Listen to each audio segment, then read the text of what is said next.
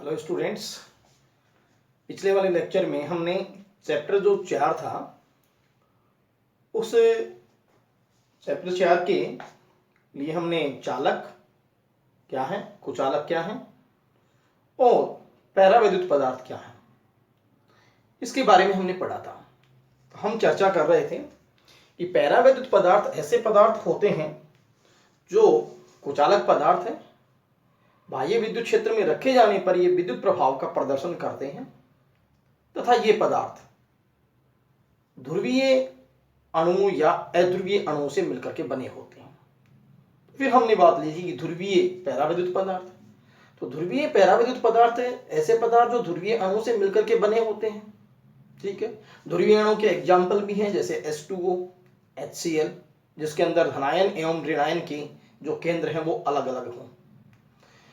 अब यही रही की बात कि जब हम किसी ध्रुवीय पैरावैद्युत पदार्थ को बाह्य विद्युत क्षेत्र की अनुपस्थिति यदि रहे उसमें हम रखें, अनुपस्थित विद्युत क्षेत्र में रखें, तब उसका परिणामी द्विध्रुव आघूर्ण शून्य होता है। क्यों? क्योंकि उसके जो द्विध्रुव निकाय हैं वो यादृच्छिक वितरण व्यवस्था में होते हैं। तब वो हम जो है यादृच्छिक वितरण व्यवस्था में होने से जो है उनका जो नेट जो ये द्विध्रुव आघूर्ण होता है वो शून्य होता है। ठीक है, अब हम नेक्स्ट बात पे आते हैं। वो क्या है? वो है हमारे पास में कि जब ध्रुवीय पैरावैद्युत पदार्थ ध्रुवीय पैरावैद्युत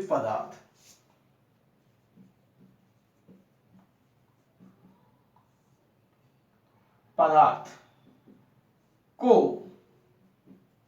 बाह्य विद्युत क्षेत्र में रखा जाए तब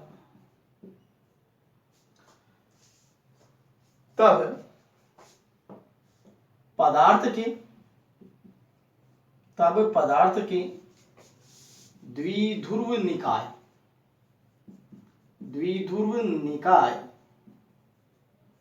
आरोपित विद्युत क्षेत्र की दिशा में संरेखित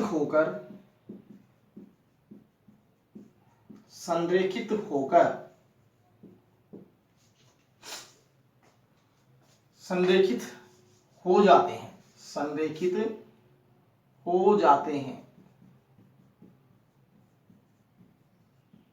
जिससे पदार्थ विद्युत द्विध्रुव आघूर्ण प्राप्त कर लेता है। ठीक है, तो एक बार मैं यहां से कल वाली बात पे आता हूं कि ये आपके पास में कोई पदार्थ था जिसके अंदर जो है द्विध्रुव जो निकाय थे, ये माइनस, ये प्लस, प्लस माइनस,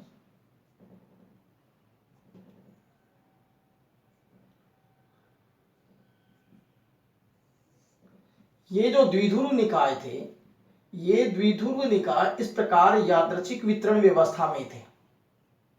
ठीक है, इनका विद्युत क्षेत्र नहीं लगा रखा था। ये फिगर मैंने कल बनाई भी थी। ई का मान 0 था और यहां पी का मान भी क्या आ गया? 0 आ गया। क्यों? क्योंकि इसका इससे कैंसिल और इसका इससे कैंसिल, कब? विद्युत क्षेत्र की अनुपस्थिति में। लेकिन अब मैंने क्या लिखा कि जब इस पदार्थ को विद्युत क्षेत्र में रख दिया जाए तब क्या होगा? तब ये जो द्विध्रुव निकाय हैं ये आरोपित विद्युत क्षेत्र की दिशा में संरेखित हो जाएंगे। तो फिर मैं अब इस की जो फिगर है वो इसके नीचे बनाता हूं। ये तो कल वाली फिगर, तो देखिए कैसे। ये हमारे पास में पदार्थ, और इसे हमने विद्युत क्षेत्र में रखा, ये विद्युत क्षेत्र लगा दिया E। ठीक है, अब क्या होगा, जब मैं यहां प्लस प्लेट कर दूं और यहां माइनस प्लेट लगा दूं, तो फिर ये माइनस इस तरफ, इसका माइनस भी इस तरफ, तो ये सभी के जो माइनस हैं इन मॉलिक्यूल्स के वो इधर टर्न हो जाएंगे, और प्लस जो है वो माइनस वाली प्लेट की तरफ टर्न हो जाएंगे। तो फिर ये विद्युत क्षेत्र लगा दिया जाए तो ये E का मान अब जीरो नहीं है। यदि विद्युत क्षेत्र E लगा दिया जाए, विद्युत क्षेत्र की दिशा प्लस से किधर होती है, माइनस से की ओर होती है। तो अब ऐसी स्थिति के अंदर क्या होगा, ये माइनस, ये प्लस, माइनस प्लस, ये जो द्विध्रुव निकाय हैं वो इस तरीके से ये अपने आप को व्यवस्थित कर लेंगे। ये देखिए,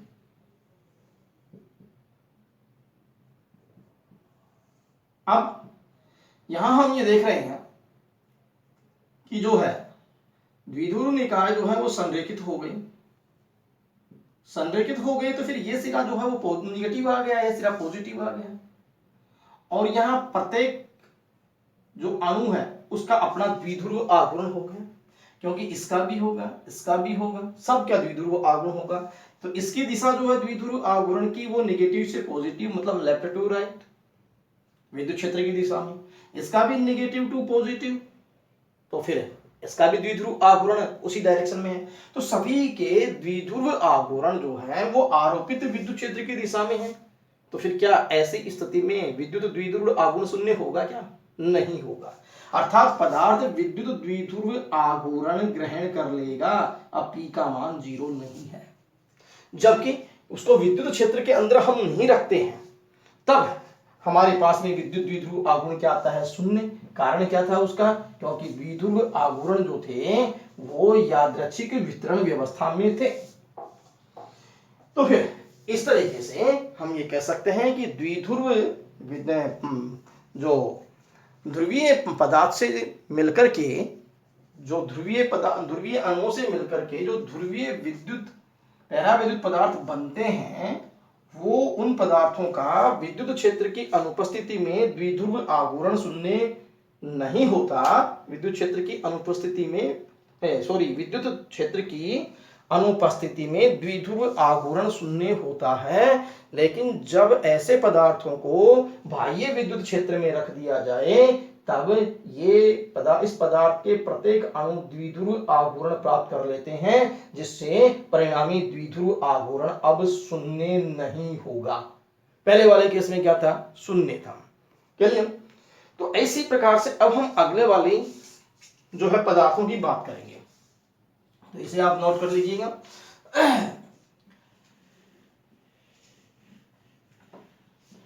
अध्रुवीय पैरावैद्युत पदार्थ, अध्रुवीय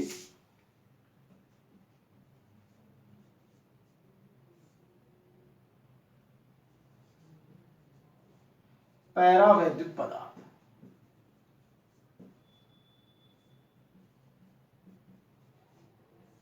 अध्रुवीय पैरावैद्युत पदार्थ क्या है, कि ऐसे पदार्थ जो अध्रुवीय अणुओं से मिलकर के बने हैं, ऐसे पदार्थ जो अध्रुवीय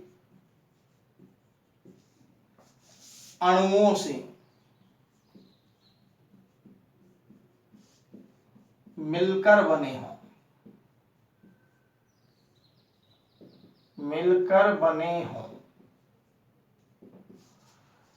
अध्रुवीय मिलकर बने हों, अर्थात ऐसे अणु, तो अध्रुवीय अणु क्या होते हैं, ऐसे अणु जिनमें धनायन एवं ऋणायन की केंद्र परस्पर संपाती हो।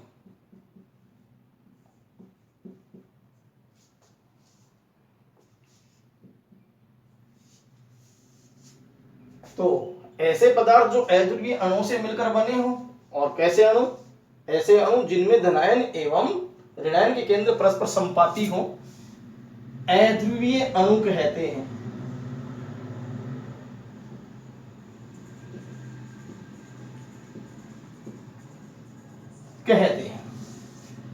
जैसे H2, O2 आदि अणु अध्रुवीय पैरावैद्युत पदार्थ कहते हैं।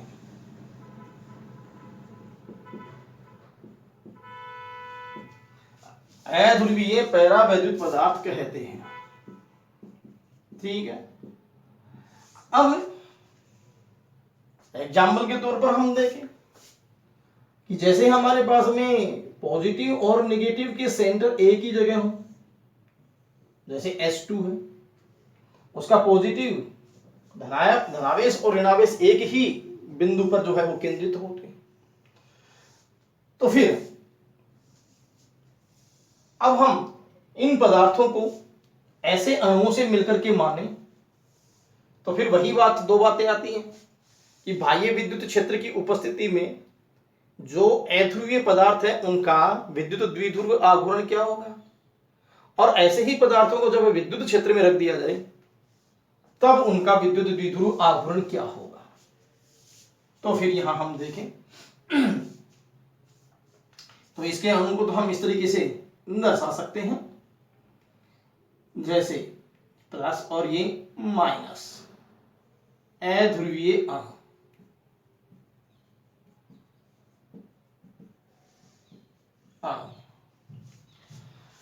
अब अध्रुवीय बाह्य विद्युत क्षेत्र की बाह्य विद्युत क्षेत्र की अनुपस्थिति में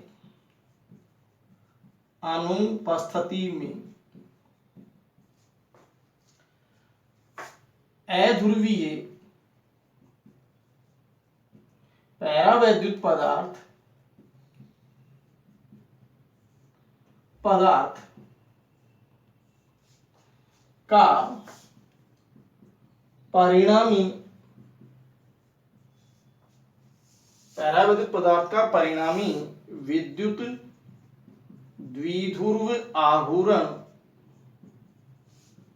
आघूर्ण शून्य होता है, क्योंकि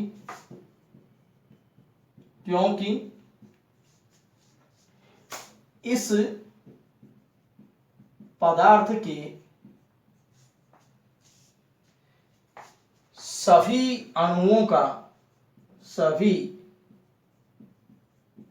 का विद्युत द्विध्रुव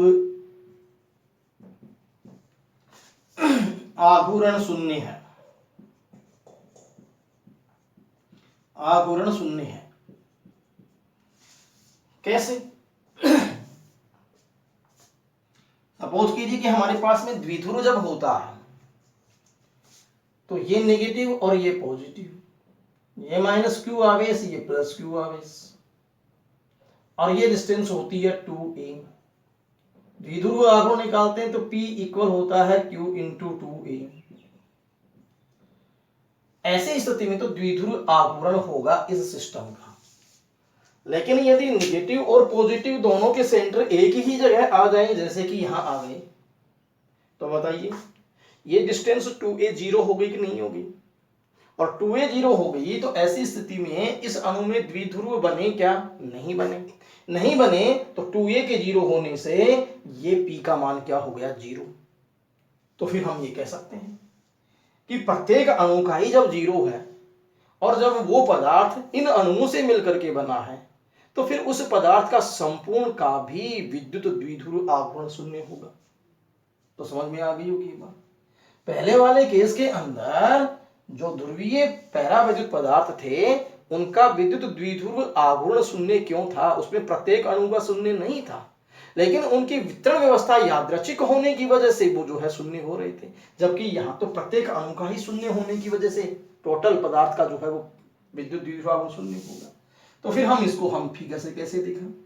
तो हम ये फिगर से इसको इस तरीके से दिखा सकते हैं कि ये हमारे पास में ध्रुवीय अणुओं अध्रुवीय अणुओं से मिलकर के बना पैरावैद्युत पदार्थ है।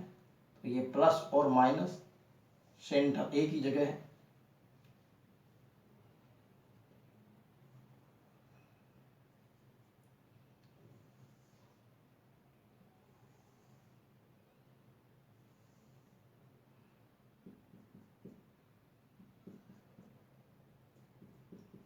देखिए हमने कोई ई नहीं लगा रखा है, तो ई का मान क्या हो गया 0, तो इसका भी 0, इसका भी 0, सभी का 0, 0 को सब 0 को ऐड करोगे तो 0, तो पी की वैल्यू कितनी आ गई?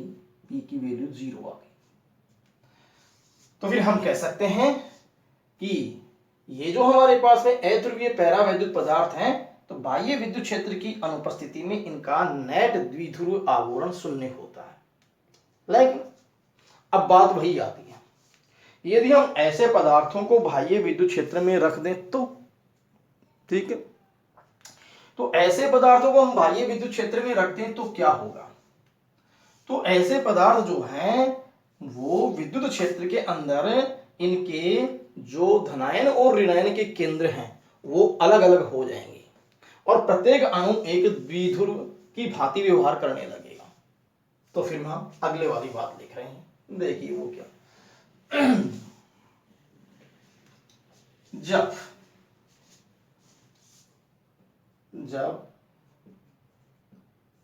अध्रुवीय पैरावैद्युत पदार्थ को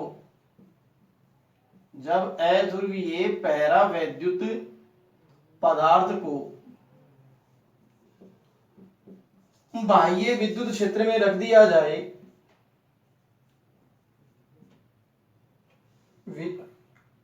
विद्युत क्षेत्र में रख दिया जाए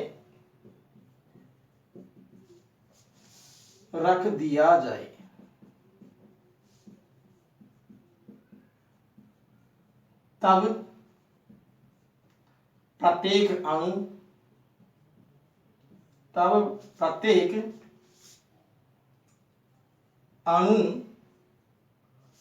के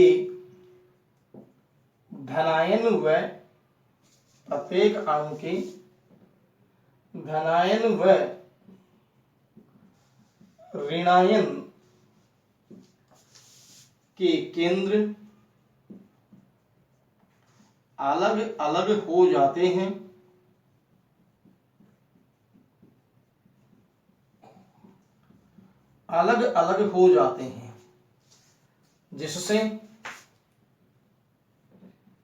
जिससे प्रत्येक अणु द्विध्रुव आवरण ग्रहण कर लेता है।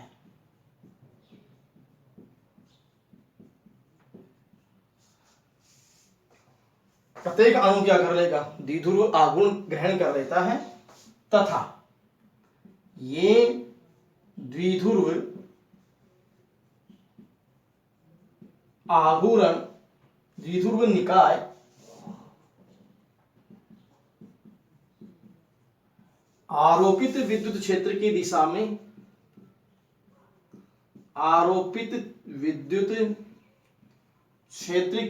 में संरेखित हो जाते हैं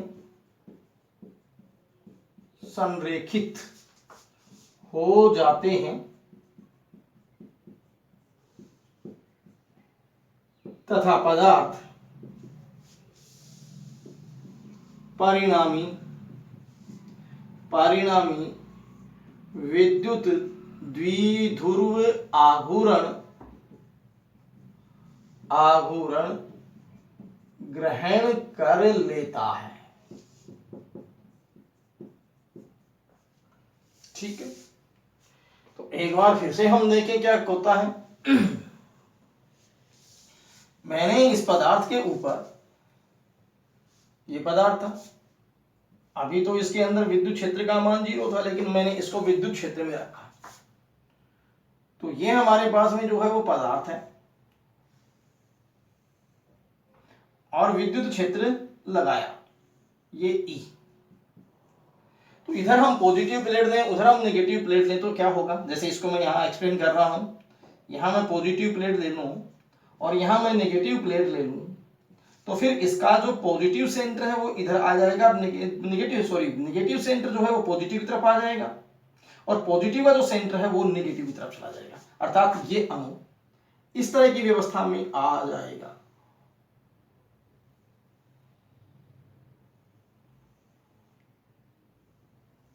देखिए इधर पॉजिटिव है तो फिर ये इधर नेगेटिव, इधर पॉजिटिव, इस तरीके से प्रत्येक अणु का अपना एक द्विध्रुव आवरण हो गया कि नहीं हो गया, ठीक है। अब ये नेगेटिव जो है वो इस साइड आ गए और पॉजिटिव जो है वो इस साइड चले गए, तो फिर इस अणु का एक द्विध्रुव आवरण हो गया, इसका भी हो गया, इसका भी होगा, इसका भी होगा। तो सारे के सारे द्विध्रुव आवरण जो है उनकी डायरेक्शन एक ही है, तो ये सभी जुड़ेंगे, तो इस पदार्थ ने परिणामी विद्युत द्विध्रुव आवरण प्राप्त कर लिया। तो फिर हम लिख सकते हैं कि जब हमने विद्युत क्षेत्र E लगाया तो इस पदार्थ ने P प्राप्त कर लिया। अब P का मान 0 नहीं है, अब P का मान कुछ ना कुछ होगा। तो बोलो ये बात आ गई कि नहीं आ गई। एक बार मैं फिर से रिपीट कर दूं, जब अध्रुवीय पैरावैद्युत पदार्थ को बाह्य विद्युत क्षेत्र में रख दिया जाए तब प्रत्येक अणु के धनायन व ऋणायन के केंद्र अलग अलग हो गए। ये देखो ये अलग अलग हो गई, अलग अलग हो जाते हैं, जिससे प्रत्येक अणु द्विध्रुव आघूर्ण ग्रहण कर लेता है। इसका भी द्विध्रुव आघूर्ण है, इसका भी है, इन सब का है कि नहीं है, कर लेता है। तथा ये द्विध्रुव जो निकाय हैं वो आरोपित विद्युत क्षेत्र की दिशा में संरेखित हो जाते हैं। देखो अलाइनमेंट हो गया, सब एक ही डायरेक्शन के अंदर है इनके द्विध्रुव निकाय, तो फिर संरेखित हो जाते हैं, अर्थात तथा पदार्थ परिणामी विद्युत द्विध्रुव आघूर्ण प्राप्त कर लेता है, अर्थात उसकी P आ जाएगी। तो फिर इस पूरे डिस्कशन से क्या रिजल्ट निकला कि चाहे पैरावैद्युत पदार्थ कैसा भी हो, किसी भी प्रकार के अणुओं से मिलकर के बना हो, चाहे ध्रुवीय से मिलकर के बना हो और चाहे अध्रुवीय से मिलकर के बना हो, पहली बात बाह्य विद्युत क्षेत्र की अनुपस्थिति में जब विद्युत क्षेत्र नहीं लगाया जाता है तब इस पैरावैद्युत पदार्थ का विद्युत द्विध्रुव आवरण शून्य होता है। लेकिन जैसे ही हम इस पैरावैद्युत पदार्थ को बाह्य विद्युत क्षेत्र में रखते हैं तो वह एक नेट परिणामी विद्युत द्विध्रुव आघूर्ण प्राप्त कर लेता है, चाहे पैरावैद्युत पदार्थ किसी भी प्रकार के अणु से मिलकर के बना हो। तो इसे आप जो है वो नोट कर सकते हैं और अब मैं सामान्य तौर पर वो बात लिख सकता हूं, तो इसे आप नोट कीजिए और हम कॉमनली या सामान्य रूप में हम एक स्टेटमेंट लिखेंगे। तो देखिए वो क्या है।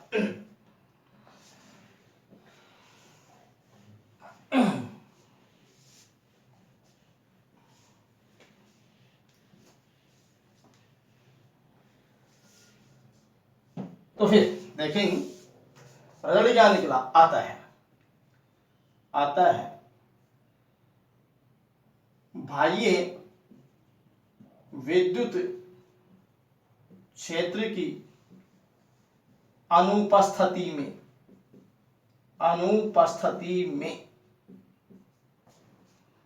पैरावैद्युत पदार्थ का परिणामी विद्युत द्विध्रुव आघूर्ण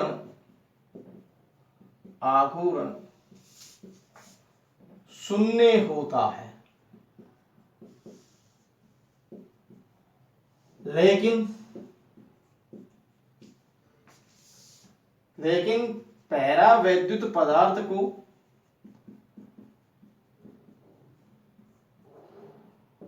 विद्युत क्षेत्र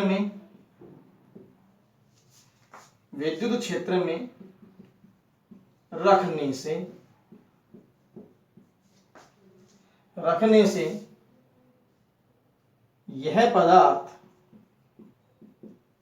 परिणामी विद्युत द्विध्रुव आघूर्ण ग्रहण कर लेता है। तो फिर हम ये कहेंगे कि पैरावैद्युत पदार्थ चाहे किसी भी प्रकार का हो, विद्युत क्षेत्र की अनुपस्थिति में उसका परिणामी विद्युत द्विध्रुव आघूर्ण शून्य है, लेकिन विद्युत क्षेत्र में रख दिया जाए तो फिर वो परिणामी विद्युत द्विध्रुव आघूर्ण प्राप्त कर लेता है। इसका मतलब विद्युत क्षेत्र में उस पदार्थ का व्यवहार बदल गया और विद्युत क्षेत्र की अनुपस्थिति में उसका व्यवहार अलग था। तो हमें ऐसी कुछ रिक्वायरमेंट पड़ेगी। जब हम संधारित्र जो है पढ़ेंगे तब हम ऐसे पदार्थों को, पैरावैद्युत पदार्थों की हमें आवश्यकता होगी, तो वहां हमें अध्ययन करने में ये सहूलियत होगी। तो इस चीज को आप जो है ओरिजिनल के तौर पर बस इतना ही याद रखें। क्या बताया मैंने कि विद्युत क्षेत्र की अनुपस्थिति में परिणामी द्विध्रुव आघूर्ण शून्य होता है, जबकि विद्युत क्षेत्र की उपस्थिति में परिणामी द्विध्रुव आघूर्ण शून्य नहीं होता। ठीक है, अब आप इसे जो है वो नोट कर लीजिए। अब हम एक और टर्म के बारे में पढ़ेंगे, वो हमारे पास में टर्म है पैरावैद्युत पदार्थ का ध्रुवण। पैरावैद्युत पदार्थ का ध्रुवण।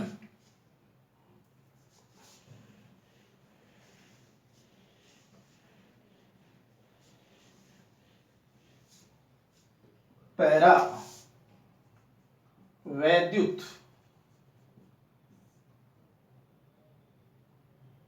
पदार्थ का ध्रुवण। पैरावैद्युत पदार्थ का ध्रुवण। तो पैरावैद्युत पदार्थ की ध्रुवण से हमारा क्या मतलब है? देखिए, बाह्य विद्युत क्षेत्र की उपस्थिति में बाह्य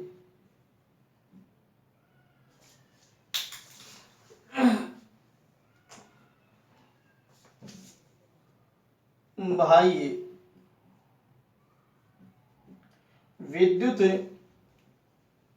क्षेत्र की उपस्थिति में, बाह्य विद्युत क्षेत्र की उपस्थिति में पैरावैद्युत पदार्थ में, पैरावैद्युत पदार्थ में, पैरावैद्युत पदार्थ में विद्युत द्विध्रुव आघूर्ण का प्रेरित हो जाना, विद्युत द्विध्रुव आघूर्ण का प्रेरित हो जाना, विद्युत द्विध्रुव आघूर्ण का प्रेरित होना पैरावैद्युत पदार्थ का प्रेरित होना पैरावैद्युत पदार्थ का ध्रुवण कहलाता है। बाह्य विद्युत क्षेत्र की उपस्थिति में पैरावैद्युत पदार्थ में विद्युत द्विध्रुव आघूर्ण का प्रेरित होना पैरावैद्युत पदार्थ का ध्रुवण कहलाता है। जैसे हमने डिस्कस किया कि अध्रुवीय पैरावैद्युत पदार्थ या ध्रुवीय पैरावैद्युत पदार्थ को जब हमने बाह्य विद्युत क्षेत्र में रखा तब प्रेरित द्विध्रुव आघूर्ण आ गया था। तो फिर ये जो घटना थी, इस घटना को किस नाम से जाना गया? इस घटना को पैरावैद्युत पदार्थ के ध्रुवण के नाम से जाना गया। तो ये इंपॉर्टेंट टर्म है, ये ध्रुवण, इसको अंग्रेजी में हम पोलराइजेशन कहते हैं कि जब आप पैरावैद्युत पदार्थ को बाह्य विद्युत क्षेत्र में रखोगे तब उस पदार्थ के अंदर प्रेरित विद्युत द्विध्रुव आघूर्ण उत्पन्न हो जाएगा। तो फिर ये घटना क्या कहलाएगी? इस घटना को पैरावैद्युत पदार्थ का ध्रुवण कहते हैं।